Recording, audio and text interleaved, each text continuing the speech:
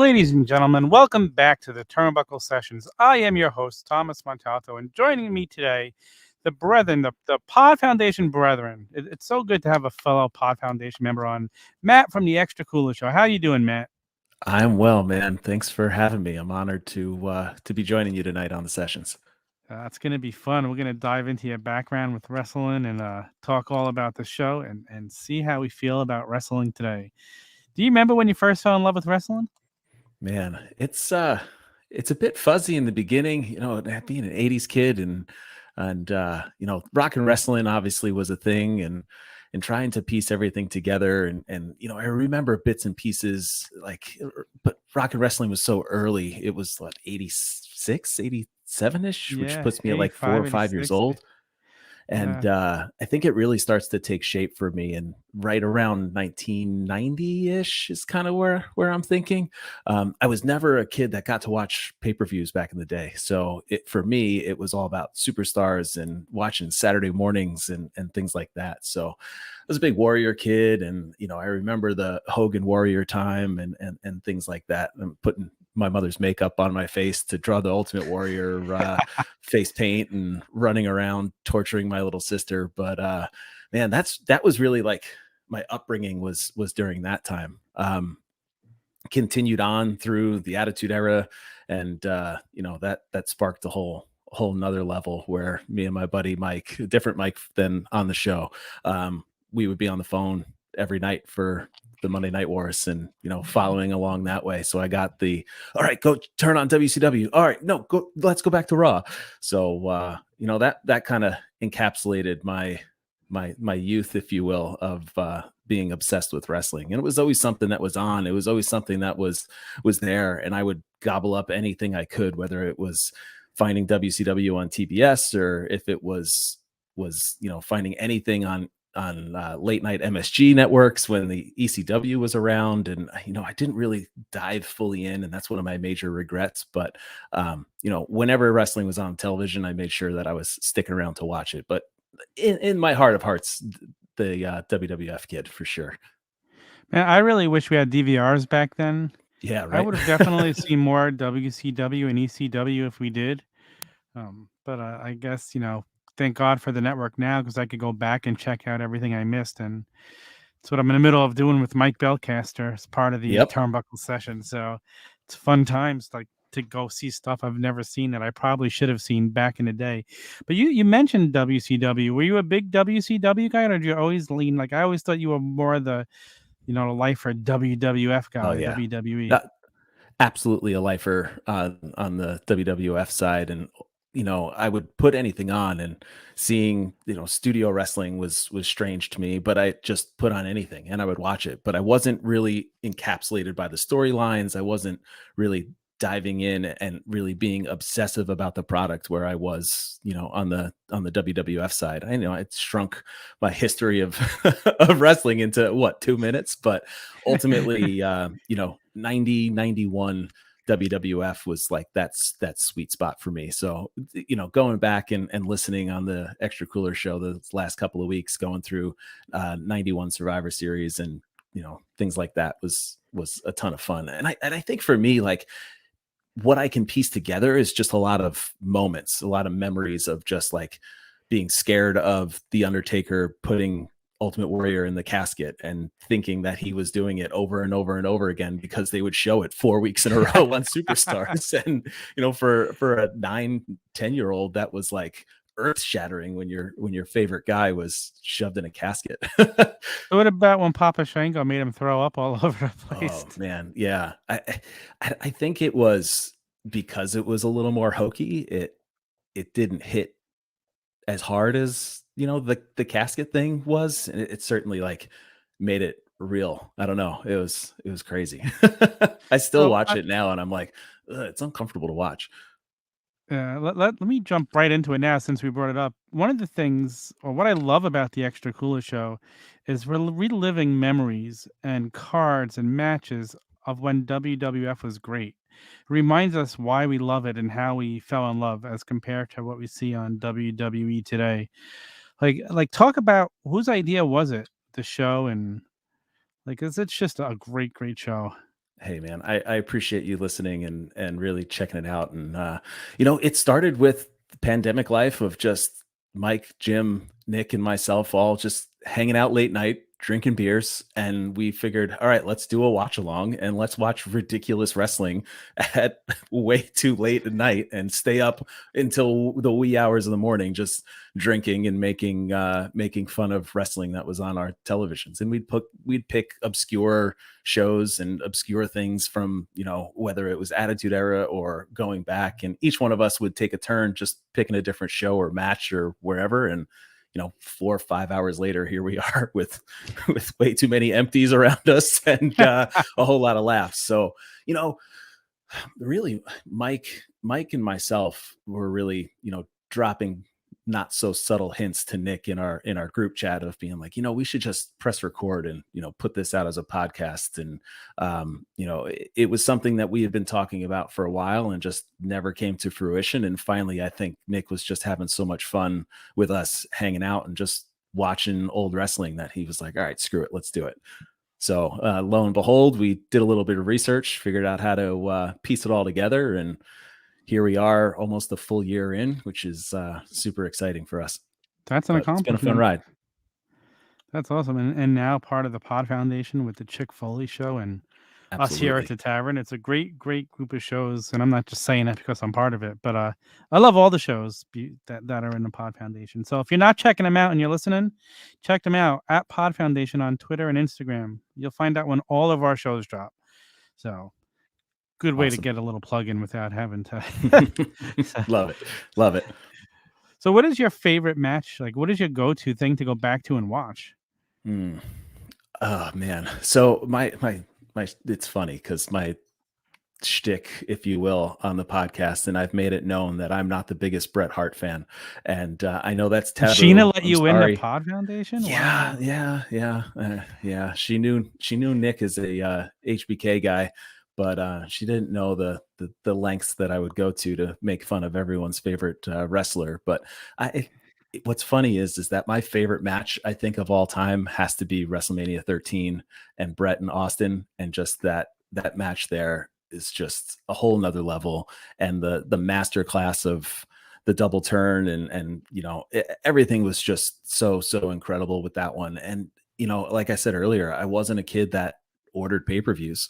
I wasn't going through and watching them. I had Scramble Vision on, trying to just hear the promos and hear what was going on in the background. And if I was lucky enough to go to a friend's house or find some place to watch it, then awesome. But it only happened a couple of times where I would order a pay-per-view here and there. And I think I did the WCW one with the 3 rings Wrestle War. I totally butchered that. But I always loved the Royal Rumble concept. So 3 rings. I was like, Dad, we have to get this one. Please, please, please.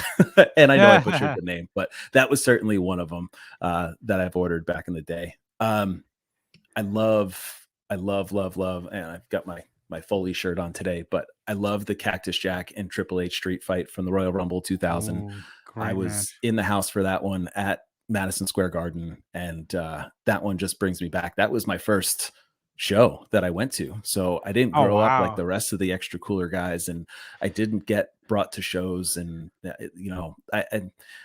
I'll affectionately say that my mother is not encouraging of violence in any way, shape, or form. So I didn't have toy guns growing up. It was a wiffle ball bat that I turned around and played as a toy gun. She didn't like me watching wrestling, that's for sure. And it wasn't until it's 2000, I was 17, 18 years old going to the Royal Rumble. So for me, it wasn't until I could pay my own way that I was actually going to the shows. So that was just an amazing experience for me. I think another moment is the Heist of the Century in WrestleMania 31. And that was really one of the first times that I got back into things too. So we took a hiatus against, kind of that early 2000s up until around 2012 time when I really got back into it. And then all of us together, when I say us, I mean all the extra cooler guys. So Nick, Mike, Jim, myself, and a couple of other buddies got together for the first time in a long time to watch wrestling, and it was at Nick's apartment at the time, and got to watch that. And I remember all of us reacting the way that we all did in that room, and just bursting out with screams. And the Heist of the Century with Seth Rollins cashing in was another great moment for us too, or for me Yeah. at least. No, that was an awesome moment. So let's talk a little bit. Okay, you said you fell out. See, I never fell out. I never stopped. I never took a break from watching wrestling. I don't know if that's good or I guess it's a good thing. Like I've never missed a WWE pay-per-view Right. since I guess in the beginning I saw them on closed circuit TVs. I think WrestleMania 2, my friend, my neighbor around the block had one of those big satellite dishes. So Oh, he nice. taped it and sold it to me for $20 and I had to go watch it like the next day. Um so I watched Hey, it got it WrestleMania done. 2. It got the job done. Yeah. I'm like, I can't miss this. I just remember being a little kid and my mom's like, "Oh, yes, you will." Hmm. Uh, Yep. but so you took a break. What got you back into it? This is a good story. So I was a retail store manager, and I had just promoted somebody on my team to another management position, and I didn't really have much in common with the kid. I didn't, was trying to find a way to connect, and he would come to our weekly store manager meetings in a different wrestling shirt every single week. And I'm like, Mike, how many shirts do you have? And again, different Mike. I feel like I'm going to talk about a couple different Mikes tonight, and they're all different. But anyway, Well, listen, in this area, there's mics all over the place in the yeah, tri-state seriously, area. So that is for sure. But yeah, I was there, and Mike wore a different wrestling T-shirt to our manager meetings every single week. And finally, I just sparked up a conversation with him about the wrestling T-shirts. And man, if he decided to sell all of his shirts, man, he'd be crazy rich. But he had some amazing stuff. And finally he was just selling me on it and saying, you should really check it out again. Things have been really fun. And this was around 2012, like right before the WrestleMania 29 in New Jersey. So okay. Mike was really the one that got me back in. And then lo and behold, we're playing beer league softball with Nick and the boys, and I start talking to Nick about it. I was like, man, I actually turned on Raw for the first time in probably a decade. And he was like, me too. So Wow. Mike, Nick, Jim, and Nick here are all together, just kind of being like, at the same time, being like, I've been messing around again. And lo and behold, here we are, Yeah. almost a decade later again. And still I'm more obsessive with the product and any product that I can get my hands on really at this point than I have been ever in my life. So you got to see the end of CM Punk's WWE run. Yes. Like, where And exactly did you jump in? Where was he at that point? Had the pipe bomb already happened? I believe so. I know that he had the Undertaker match, and I think that was really like the first thing that I remember of CM Punk is just the pallbearer, and coming out and having the urn and all of that. So I think that's really around the time that CM Punk came about in my life, if you will, in my Yeah. wrestling life. But no, I was not watching while the pipe bomb happened. So caught the very, very tail end of CM Punk in WWE. Sorry. All right. So then you would that's Daniel Bryan was there then. So who was your favorites back when you got back into it? Man, I think I was really drawn to the Shield guys at first, and Mm, Seth in particular. I mhm. liked all three of them, but ultimately that was a big one. Just seeing the normal faces with Undertaker still being there and still being a part of it, but the beginning was a little slow, and I think that ultimately it really started to ramp up, and I really latched on to Seth Rollins with the Shield breakup too, and having that bad guy kind of heel turn and heel run was a ton of fun. So I think that was really like one of the main guys that I bought a Seth Rollins t-shirt for the first time in a long time. So I think Seth I really grabbed onto in the beginning. Talking about the Shield, their anniversary just passed up of when they debuted and everything. Um, Man, has there ever been a trio that's broken up and all been as successful as they've been?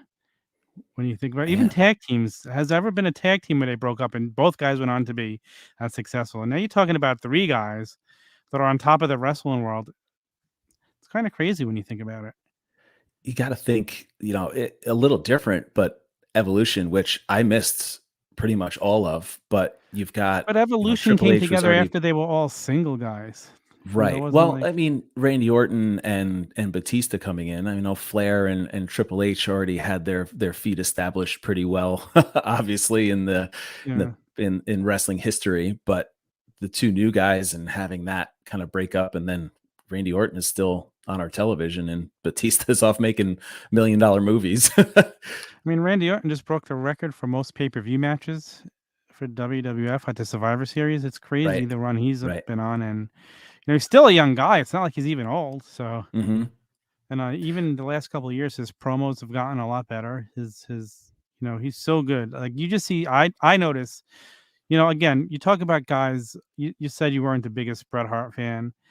But there are guys like Randy Orton. I've never been the biggest Randy Orton Agreed. fan, but there are guys that you just respect, like The Undertaker. I know I take a lot of slack. I was never a huge Undertaker fan, but I respect the hell out of the guy. Like I'm not saying I didn't enjoy his matches.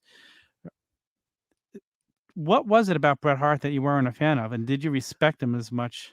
Oh, I feel like the respect was there. I was just never the Bret Hart is my good guy. You know what I mean? And my Yeah, my I get it. jokes now are always like Bret's a cheater. Bret's never been a baby face. He's always the bad guy. Even when he's a good guy, he's a bad guy and cheating. And He was even in always a Survivor Series crybaby. 91, he dropped a what'd you say?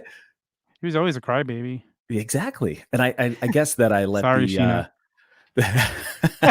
I guess I let kayfabe take over in my world, and I saw baby face, or excuse me, I saw crybaby Bret, and I always say hands on the hips. Bret is always my favorite Bret because he's pouting, and I guess I bought into the whole kayfabe of that, and I just Bret was always better as a heel, and Yes. he was a heel the whole time, whether he was baby or not. He was always breaking the rules, bending the rules.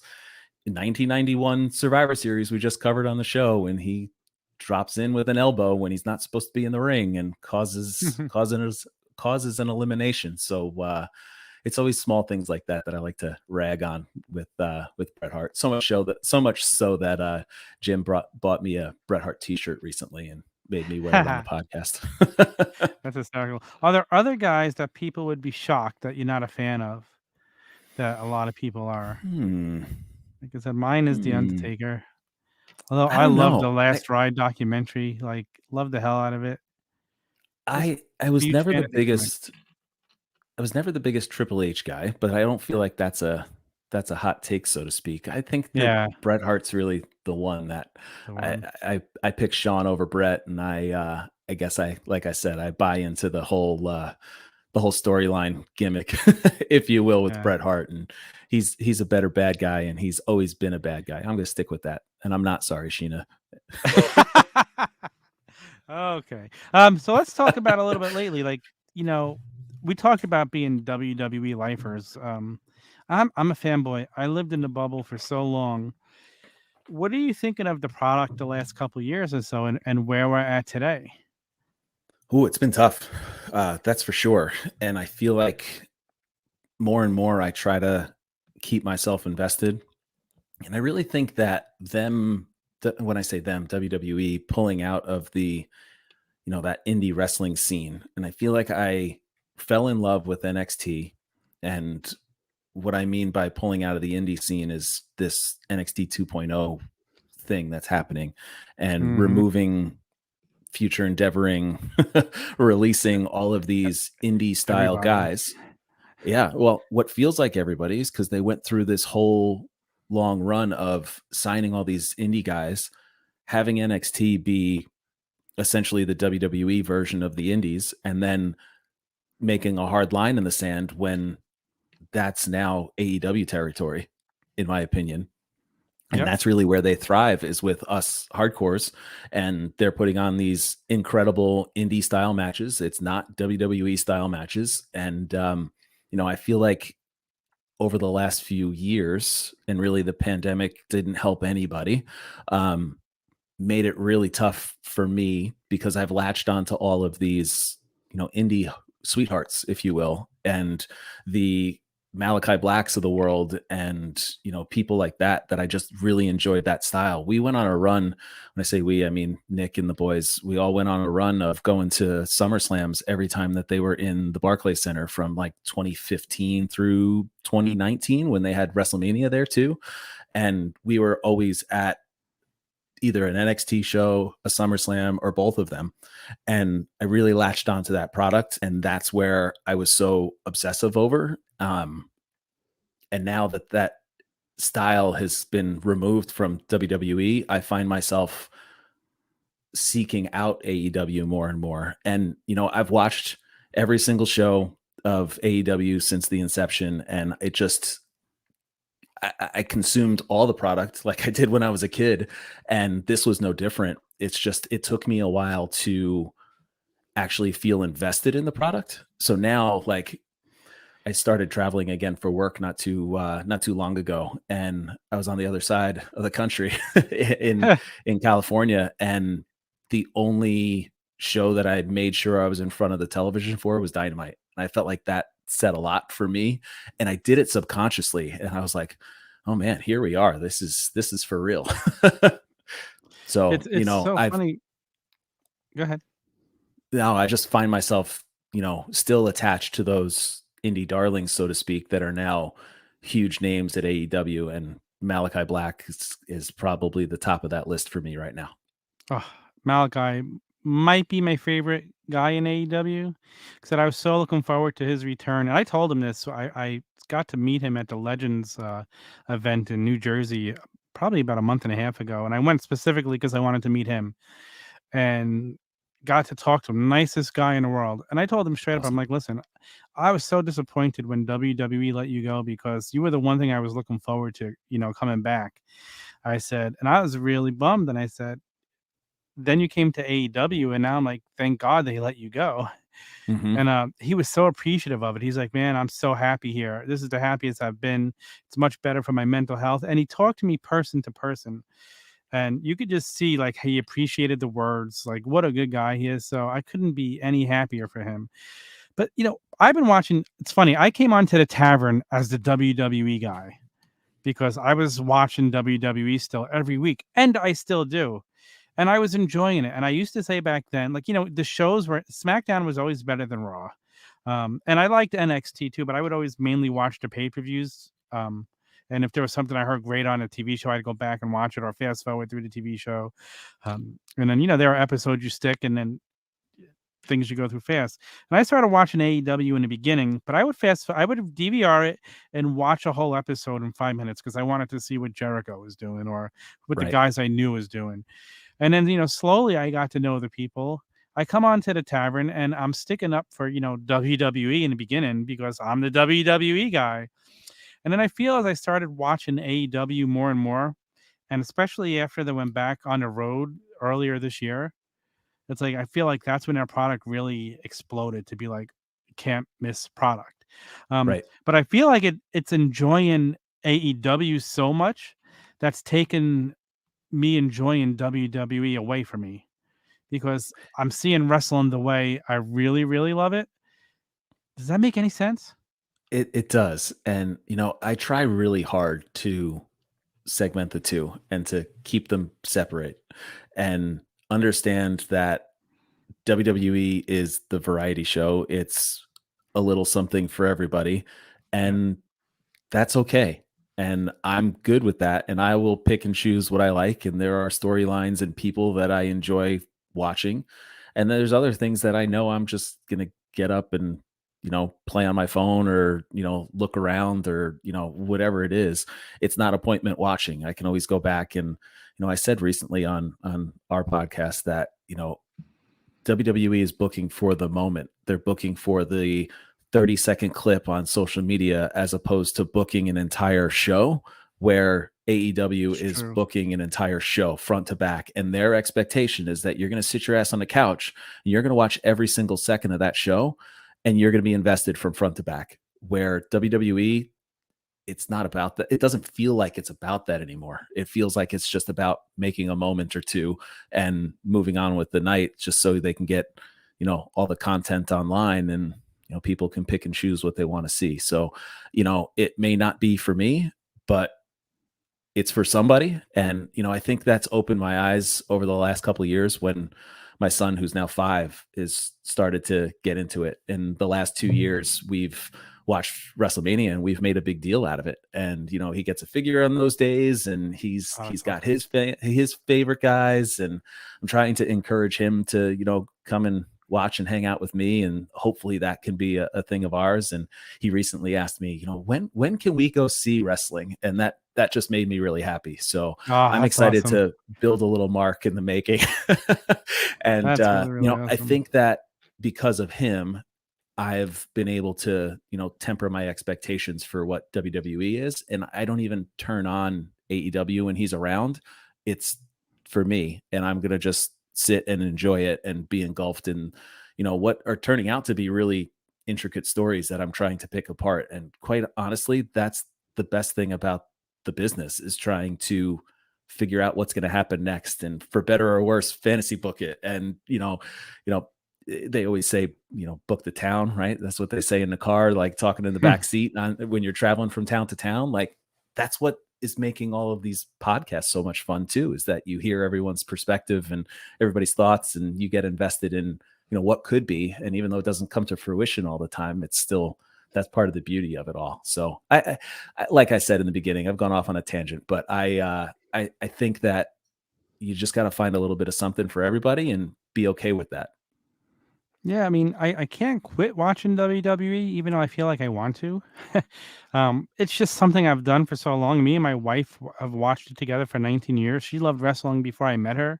It's awesome. So we still watch Raw and SmackDown. We watched the Survivor Series, but I used to say up until a few months ago, if you're a pure wrestling fan and you want to enjoy WWE, skip the TV and watch the pay-per-views.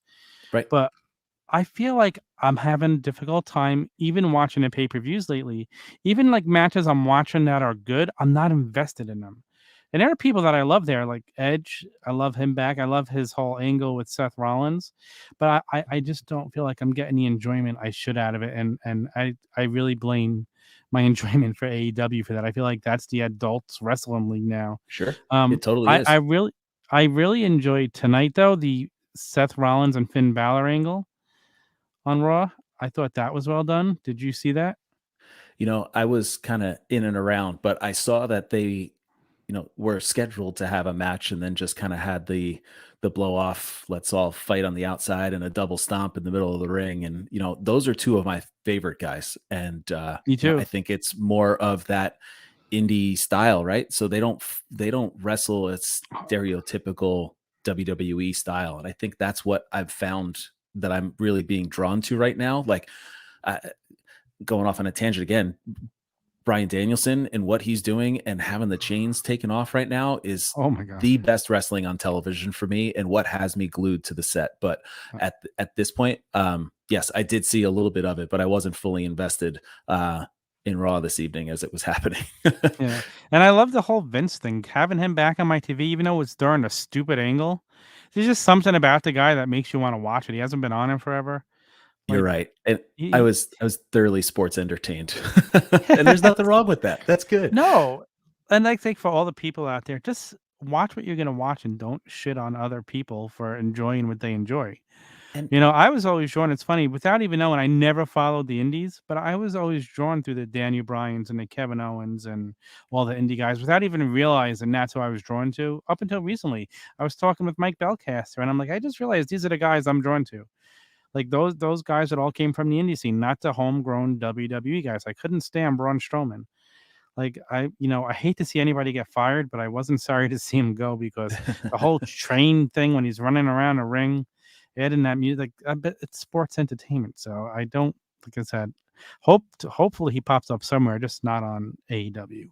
Um, yeah, yeah. but What's funny is that he was one of my son's favorites. And I've it's heard because so many it people tell me that my kids love him. it's larger than life. It's something that is the train was meant for children. It wasn't meant for us. And I think that, again, like that, looking at it through a 5-year-old's eyes is ultimately what they're trying to do there. And then you're building the next generation and building and building and building. And I respect it, at least. And I understand that, sure, it's not for me, and it never was meant to be for me at that point. Exactly. And that's why we have this true alternative that's so incredible, because it's for you and I, and Yep. it's not for, you know, it's not designed for all, and it's not one size fits all. It's, hey, look, we're going after the demo, and we're going after guys our age and guys that can be fully invested in the product. And hey, look, we're all there and enjoying every second of it. Yeah. Like I said, I feel like, when we talked about it with Sam Roberts, like I want WWE to change Hmm. for me, but they're still a billion-dollar company. They're a worldwide company. They're not going to change for the diehard fans when what they're doing is suiting what they feel they need to be doing. So 100%. I just gotta somehow try and find a way to keep enjoying it as I watch it, because it shouldn't feel like torture. And I actually feel like like Raw hasn't been as bad as it was a few months ago, but it's still not captivating TV. Sure, it So definitely isn't. I think that pre shakeup, pre draft, whatever you want to call it, it was atrocious. Like, it wasn't for yeah, somebody that's as diehard as you and I to say, I'm not going to waste any time on Raw, is like sacrilege. Like, you shouldn't even be thinking it, let alone doing it. And I wasn't watching even a second of it. And out of the four on the Extra Cooler Show, I'm the one that is the one that's most locked in, for sure. And will invest most of my time watching it. It helps that my wife will fall asleep at 9 o'clock on the couch, so I'll turn it on after that. But man, it's something that I enjoy as just my time. And there was a long string that I wasn't watching Raw even a second, and that was just a really foreign feeling over the last 10 years. I've been tuned in at Monday nights every week. yeah. I mean, I've been turning in Monday nights since Raw started. I was there before primetime wrestling, before Raw was even there. So that's why I can't stop watching it. I can't stop hoping for things to get better. What are your thoughts on a 2-night WrestleMania? Because I'm so dreading it. Mm. uh I don't know. I'm really torn on it, because I enjoy not having to sit through 7+ hours of wrestling in one night. It's just too much. But 2 nights is a lot on the flip side. So it's, It'd be 2 nights of 5 hours a night. woof, So, yeah. man, man, uh, man. I wish that, you know, I hope that they can start weaving storylines from night to night. Maybe that would help. I would love Um, that. I would love to see you something like see that. things that happen on night one of Wrestle Kingdom impact night two of Wrestle Kingdom, and maybe that's something that could be helpful. But it's all just too much birthday, right? It just feels Yeah. like it's a lot to invest an entire weekend to. And I have still never been to a WrestleMania. I know that's crazy. Even the Me two that either. have been in New York, Me either. I haven't been. And how do you it's a major investment monetarily, from a time perspective, to do WrestleMania 2 nights, and to travel from, for us, from the New York area over to, Texas or LA or wherever it's going to be. It's those are major investments that I just can't pull the trigger on. And it's sad, because I want to, I want to do it, but I'm deterred by the 2 nights. And I feel like if they had one night that was quality front to back, and maybe it's 4 to 5 instead of 7, then that's achievable. That feels like a better spot. And it's WrestleMania, so you can go a little bit longer. But having, like Survivor Series just last night, it felt like it went on forever. And It I'm sure watching the did. clock 11 o'clock at night, being like, all right, we still have the main event to go. And it just felt like a lot. So I don't know. I'm really torn on it. I get both sides, trying to think of a business perspective. And, I try to do that the least that I possibly can, because then you start ruining the experience. You're not supposed to be thinking that way. You're supposed to be a fan, remain a fan. Critical fan is good. That's really good. But I don't know. The business side, I try to keep my mind out of that place. Yeah, well, I'm gonna say it right now. I don't think I've even said this anywhere yet. But the reason why they're going to 2 nights, in my opinion, is to squash all the indies and other promotions doing shows that night Man. before and people trying to get on WrestleMania weekend. Oh man. I hope that's not the case, but I don't know. You may be right. That's a bummer to think about it. But in the beginning, when AEW was starting to come around, I specifically remember Cody saying, that they would never run up against WrestleMania because that's Vince's time. That's WWE's, big event. And Dude, I respected him so much when he came out and said that. I'm like, I love that a company respects another company enough to, hey, let's not do that. So yeah, but it's how some of these bigger indies really make an impact, right? And they probably have one of their biggest shows of the year in and around WrestleMania time. I feel like it's taking away, if that's really the case, it's just taking away from the experience of WrestleMania weekend and the full takeover of a town. And I would love to, I always think and look at like the New Orleans, city takeover, and just I feel like being in New Orleans for WrestleMania must have been absolutely insane. And I would love to do something like that. And man, I don't know. That's a bummer. I hope that's not the case. yeah, I hope it's not either. But then again, like I was thinking how Survivor Series, like you said, it felt like it never ended. I watched Full Gear a week ago. That was 4 hours and it felt like 2 hours. Yep. So it just shows you the difference of the shows. There's also a Saturday night, which I felt made a little bit of a difference. But even if you put on a show, like I've just started ordering the AEW pay-per-views this year. I've gotten all 4 of the ones from this year, and I was blown away. I'll gladly pay $50 for a pay-per-view if you're only going to do it 4 times a year and put that quality of a product on every time you do it. Now, of course, they all can't be bangers like they were this year.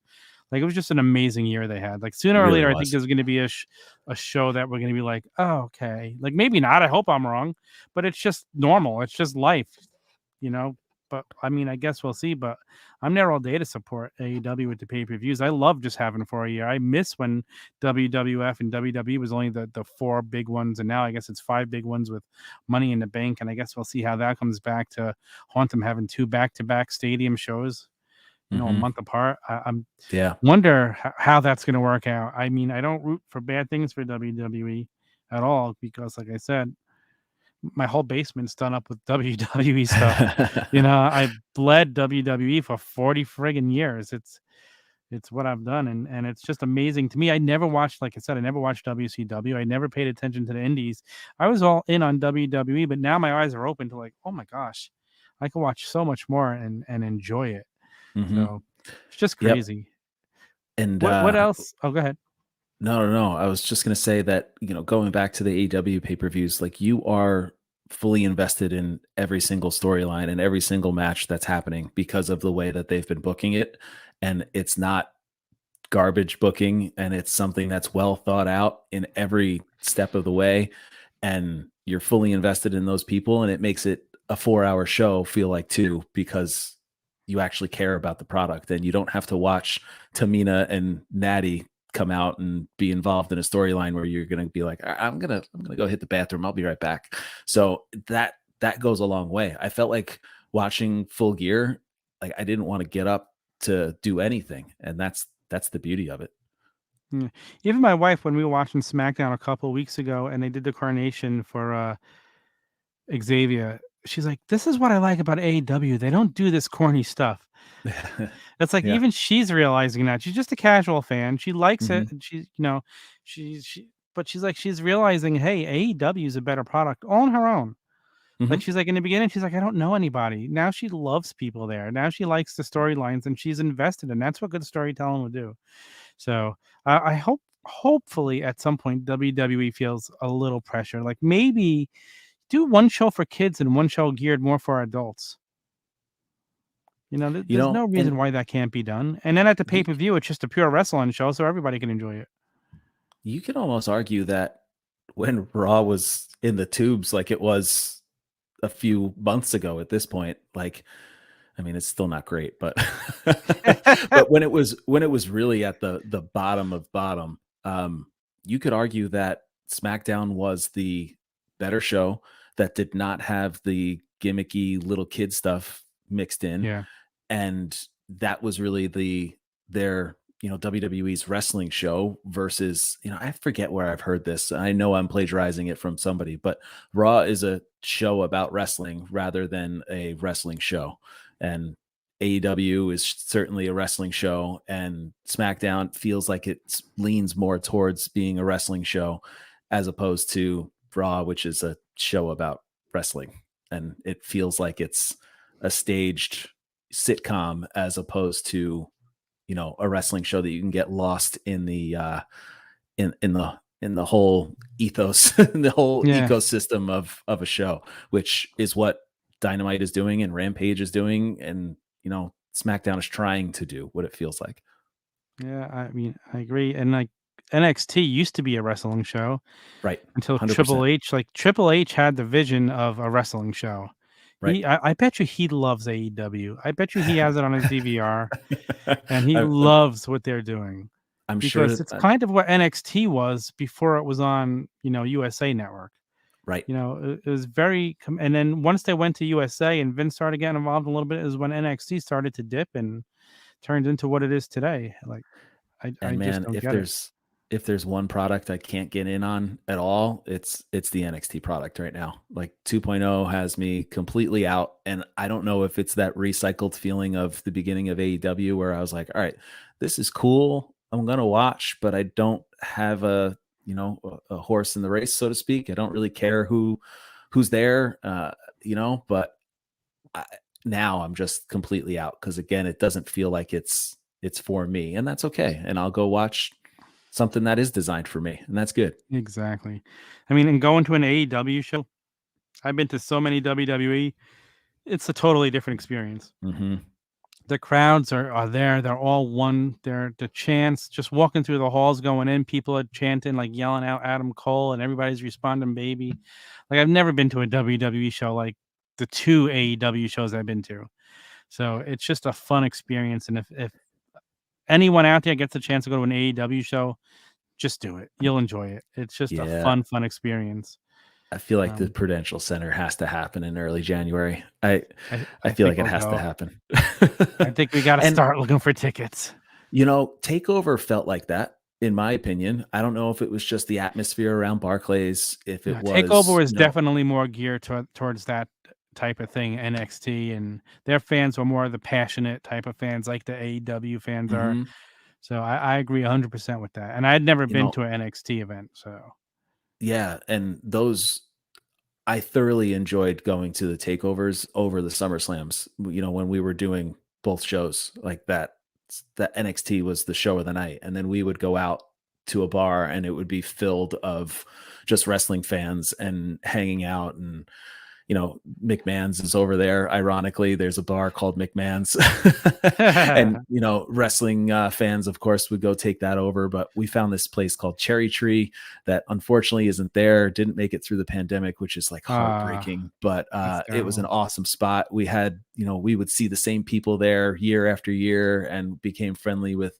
all those guys. And man, NXT is something that really bums me out. But like I said earlier on, it's because it's been replaced by AEW, and now that's where that wrestling lives, and that's where it's supposed to be. And quite frankly, they're doing it even better than what NXT felt like when it was only 1 hour a week. So all is well. Wrestling is good. Wrestling is good. I do feel like we're in a boom for wrestling fans. Um, just like Chad says, AEW needs that one big story to hook people. And I feel like it's coming soon too. I So don't know what we it is. I don't talk know if it's going to about be the Cody thing, but it looks exciting. Something's going to happen soon. Yeah, So we talk about booking the town earlier, and just the love for all the podcasts that are out there, and hearing everyone's ideas. And Man, this one's got me going. I'm on the other end of the line, just ready for you guys to pull me in with your fantasy booking. So, Chad man, is if so good at it too. He's uh, amazing with the yeah, ideas he comes up with. It's like, no, I want that to happen. That sounds uh-huh. too good. And then they Yep, do something else and it's still good. So and I think that's the other beauty of AEW is that when they don't go the way that you think they're going to go, it's potentially even better, if not equal to what your fantasy booking was in your head. And WWE has been so far off from where your fantasy booking is to where they actually come in, and they come in so much lower that it only hurts what your viewing experience is because they could be doing so much better. But like I said, Chad has me fully on the other end of the hook, and I'm ready for him to reel me in. I hope AEW delivers. I think they will. They haven't let us down yet. So Yeah, for real. um, so if you were gonna go back, let's pretend we're 5 years, 10 years in the future, and you're doing the Extra Cooler Show. What's the first AEW thing you'd want to put on there? Oh man. Hmm. I man, I I think the Cody and Dustin match was awesome. And it's something from the beginning. I feel like it was so different than anything we had seen on TV in a long, long time. Brother versus brother, which is not something that WWE seems to do. It was a Brett and really, Owen. yeah, you're right. You're right. But it feels like that was a really well told story and something that you can really look back on.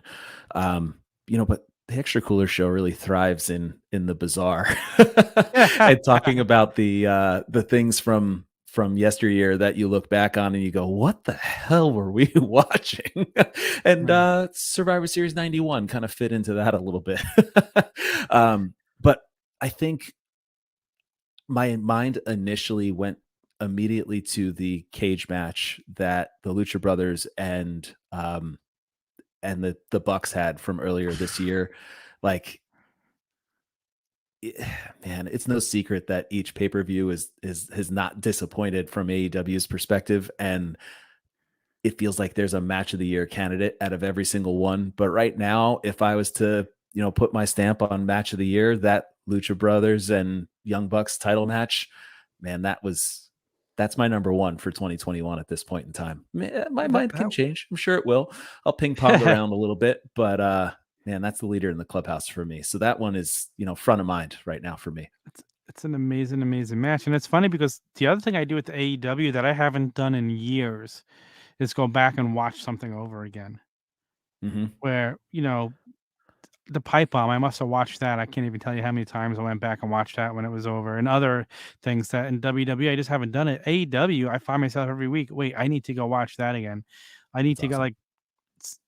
I go back and I still watch CM Punk's return because it was awesome, but I was there, so I still get that Hmm. same feeling.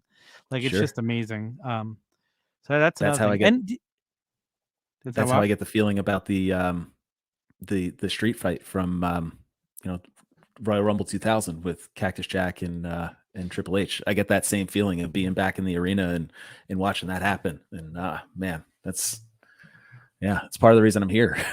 Yeah, it makes sense, man. That stuff, it's ingrained in you, and they Hmm. can't take it away no matter whatever happens. So, I'm going back to your question around what would be successful for the Extra Cooler Show in 10 years. It would be the exploding barbed wire death match. That would be the one that oh, we'd look back at and laugh. So that's where our bread and butter is. but man, And what a disappointment though, because the that match was a hell of a match. it really was. That's what I was about to say. Is that the match itself was tremendous, but we'd have fun poking holes because that's what we do It's best. just unfortunate the way it ended. But the Sure. fact, what I love about it is they used it. They didn't even just Hmm. pretend it didn't happen. If that happened in WWE, it never would have been mentioned again. You never would have heard about it. They never would have mentioned the snafu. It would have been over and let's move on. to No, me, I respect that. I feel I like do I'm being too. treated as a smart person, like, when they Mhm. go and they actually acknowledge it, and Mox acknowledged it that night. Yeah, Like, as soon as it was immediately. over, they gave him the mic, and he's like, "Man, you might be an awesome wrestler, but you can't build an exploding ring for shit." So, And it has not impacted the way I watch AEW, that's for sure. And no, I nor should poke it. fun, but it's Yeah, we can poke fun because we love it, but right, listen, was it a exactly. disaster? What happened? Yeah, was seeing Eddie Kingston over Mox protecting him from some sparklers on a ring post hysterical, and then but he comes out and he says it's PTSD. I mean, sure.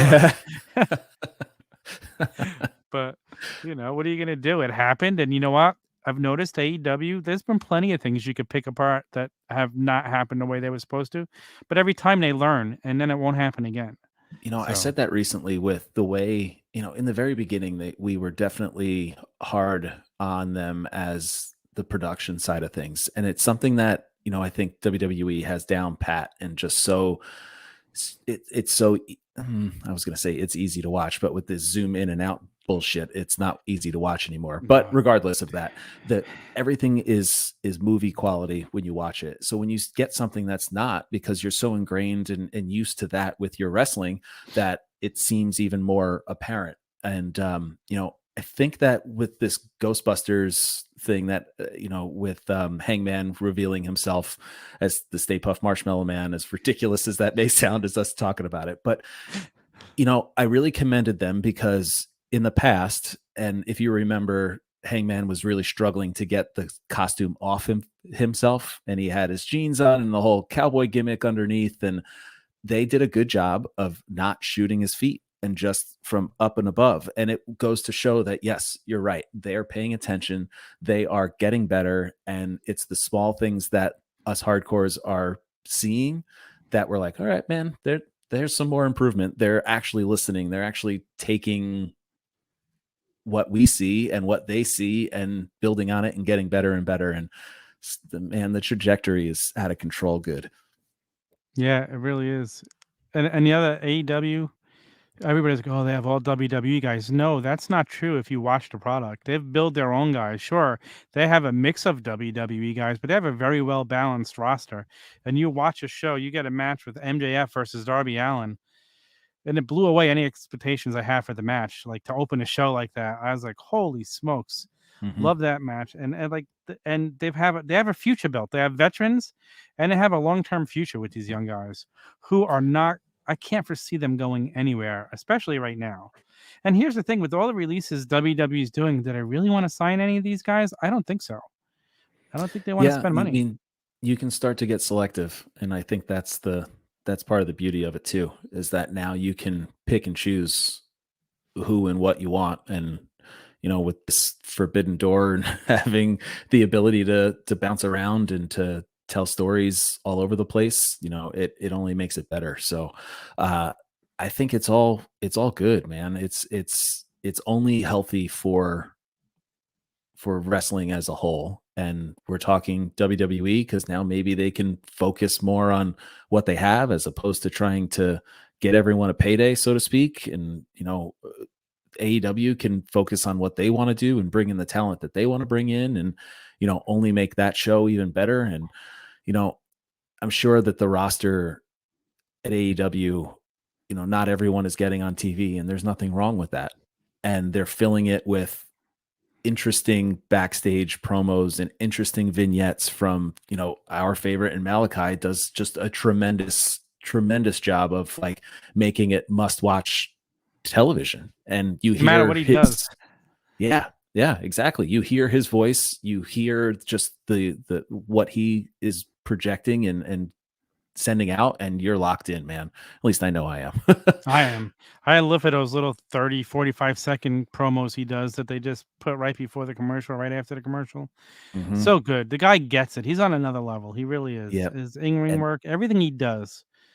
I and mean, I, I I I was, like I said, I was a huge Aleister Black fan. I'm love him even more now. So Agreed. so, And that one was so the big heartbreaker for me of, a guy that got let go, that I was like, man, they blew it. They totally blew it. And yeah, now it's even better. So, I agree amen. 100%. That was the one that hurt the most for me, but it's the one I'm so happy he went to AEW. Mhm. So, and that way it happened. We got to choose surprise because nobody expected him to be there when he showed up. If it would have been after the 90 days, it still would have been awesome. But the fact we're watching Dynamite that night with no clue he has a chance of showing up, that's what wrestling fans, that's the moments we live for. Mhm. So, Especially wrestling fans of our age bracket, where that's what we lived and died for when it was the Attitude Era, and it was yeah. the what's going to happen next, and you didn't know what was going to happen next, and yeah, that feeling can be restored, which is incredible. And I think that's why the Royal Rumble is a favorite of everybody's because it's always that anticipation. Who's going to show up that we haven't seen? And I truly think it's those moments. Yep. AJ Styles showing up at the Royal Rumble. Edge coming back at the Royal Rumble. There's a list. That's what the Rumble's made for. So I don't know what they'll do this year, but you know what? I'll always be in on the Rumble. Love the Yep. Rumble. Always, So always number one. okay. That was that was my first pay per view, like I said, but it was my first pay per view for a reason. Yeah. Favorite wrestlers as a kid and favorite wrestler now. Hmm. So,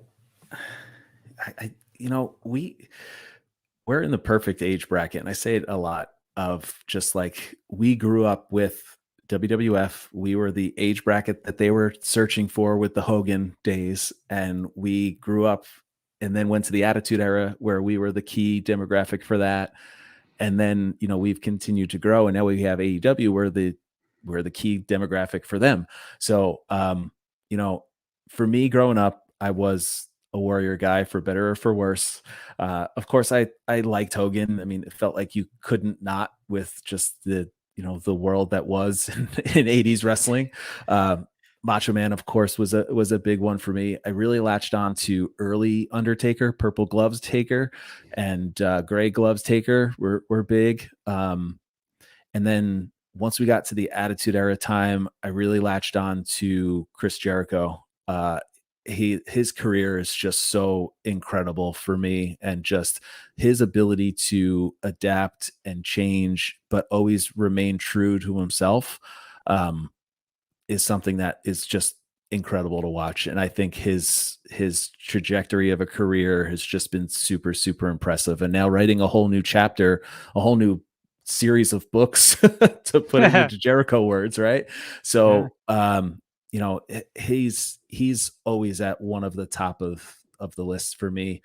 Um, you know, I think Seth Rollins right now is somebody that I tune in and watch for. Brian Danielson, like I said earlier, is like when I want to watch a match, like AEW, Brian Danielson is something I'm locked in on. Malachi, from the storytelling perspective, I guess I really am pulled towards the mysterious kind of dark side of wrestling, not dark side of the ring, but that was our debate Yeah. show. But more of like the dark mysterious side of wrestling, whether it was Undertaker tying me in the very, or bringing me in right in the beginning, or whatever it may be. I guess I'm tied to that too. But and then another one has always been Mick Foley too. Cactus Jack to Mankind to Dude Love. He just he always grabbed me when it came to Attitude Era as well. Bounced around a little bit, but I think you got a good lay of the land for me. Yeah, we have very, very similar lists. It's very funny. The only guy you didn't mention that I absolutely love is Piper. Um, I it's feel hard. like I feel like I didn't get all of Piper. Like I felt like WrestleMania 1, WrestleMania 2, WrestleMania 3 time, like I was super young, like wasn't Yeah. really watching yet. And I felt like that was his prime. And sure, we got Piper in the late 80s, early 90s, but it wasn't Jimmy Snuka Piper's Pit Piper. And I felt like that's Yeah. the tippity top. And I of course respect the hell out of him as a performer and everything. But I feel like it just missed Piper for me. Yeah. And that's where I'm a little bit older than you. So I was 10 around WrestleMania 1. Right. So I was Yep. at that perfect age. Yep. And one thing I go back to and watch all the time is the Piper's Pits versus the Flower Shop when he came back after WrestleMania 2, and then Hmm. those with Andre and Hogan leading up to WrestleMania 3. Like it set up it set up his match with Adrian Adonis, Piper's match, and then set up the Hogan Andre thing. That's one of my favorite times in wrestling. I watch that at least probably twice a year. I'll go back and just watch those whole segments. Have That's you ever awesome. seen the Piper's Pits and the Flower Shop battles? Of course. Yeah, of Okay. course. I love Man, that it was stuff. awesome. We went to Access for WrestleMania 35, 2019. Yeah. And they had the Piper's Pit set up there, and you were able to take pictures and sit in the stool, and it was really cool. There's a fun picture of Nick, Jim, myself, and there was one other guy with us, and Nick had his water bottle faking to hit me in the head with it. That's a good picture. I'll try. Oh, I'll have to find it. you got to send me that picture. Yeah. I mean, I almost went to that Access just to see the Piper's Pit when I heard it was going to be there. Yeah, it was really cool. And they had the entranceway, like the neon entranceway that we're getting for the new generation. They had that set up too, so it was cool to take pictures in front of that, and they had a ring that you could walk into. Access in our area, I'm going to. Yeah, I wasn't able to go to that one, but I need to do that just to see you- some of that stuff. And if you're there, if you're really into the meet and greet world and you really want to spend time and do that, it's tremendous.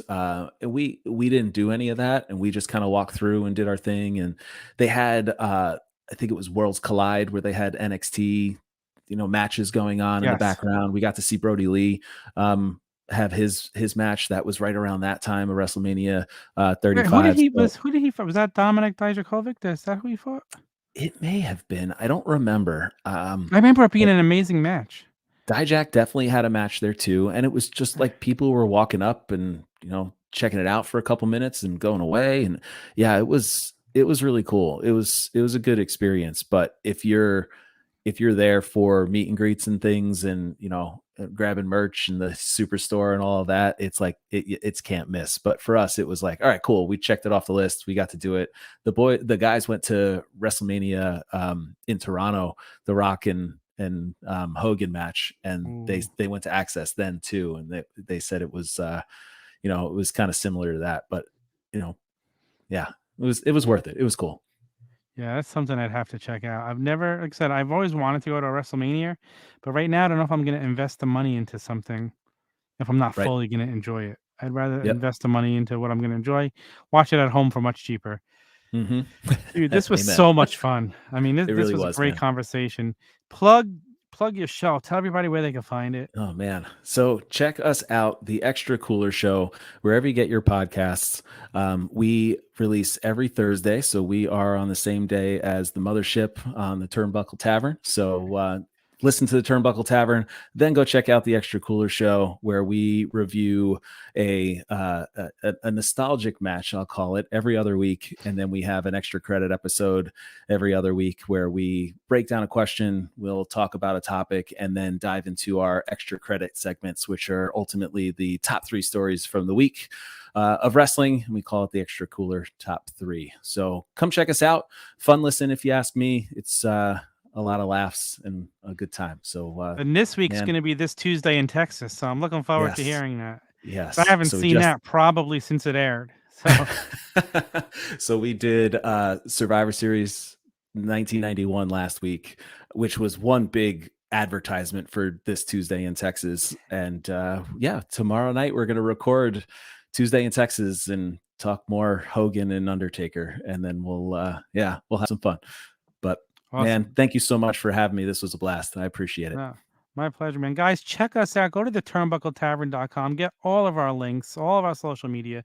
It's all listed there in one spot, theturnbuckletavern.com. Make sure you rate, subscribe, follow everywhere you can. On YouTube, give us a follow. You'll be entered into our mega contest that's going on now. You'll be entered into you're going to be entered into 5 drawings to win prizes for every time 600, 700, 800, 900, and 1,000 followers on YouTube. And when we get to 1,000, we're giving away a signed Becky Lynch Elite figure. So, and that's just so much more to be announced about. We'll be in the prizes, and we really got to get on that for you guys. But thank you for joining us. Until next week, love, peace, and pro wrestling.